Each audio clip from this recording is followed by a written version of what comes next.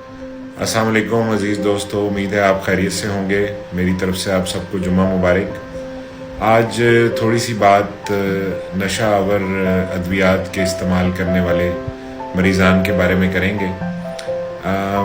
نشے کے استعمال ہماری نئی نسل میں بہت تیزی سے بڑھ رہا ہے، اور اس کی بنیادی وجہ یہ ہے کہ ہمارے ہاں نشہ آور چیزوں کی جو اویلیبلٹی ہے، یعنی موجود ہے، وہ بڑے آرام سے ہمیں مل جاتا ہے، جس کی وجہ سے ہمارے بچے جو ہیں اس بری صحبت میں پڑھ کے نشہ آور چیزوں کا استعمال شروع کر دیتے ہیں۔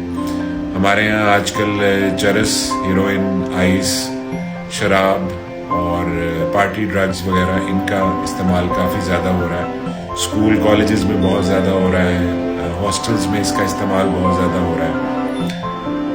اس کے بارے میں تھوڑی سی بات کرنا چاہوں گا۔ پہلے تو میں آپ کو یہ بتاؤں گا کہ یہ ایک دماغی مرض ہے، جیسے اور جسمانی مرض ہوتے ہیں، جیسے شوگر ہے، بلڈ پریشر ہے۔ یہ ایک دماغی مرض ہے، لہٰذا اس کو دماغی مرض ہی سمجھنا چاہیے۔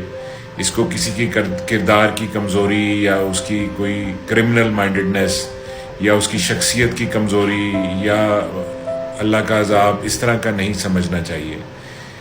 نشے کے استعمال سے دماغ کے اندر کیمیائی تبدیلیاں آتی ہیں اور انسان کی شخصیت جو ہے وہ تبدیل ہو جاتی ہے، اور وہ پھر اپنے لیے بھی اور معاشرے کے لیے بھی، اور وہ اس کا کردار جو ہے وہ خراب ہو جاتا ہے، اور وہ کسی بھی ذریعے سے نشہ آور چیز کا استعمال اور اس کے حصول کے لیے وہ کوشش کرتا ہے، جس سے وہ مختلف قسم کے جرائم میں مبتلا ہو جاتا ہے۔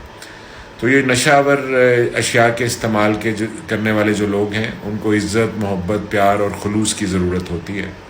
ان کو کرمنل مائنڈڈ نہیں سمجھنا چاہیے، ان کو جرائم پیشہ نہیں سمجھنا چاہیے۔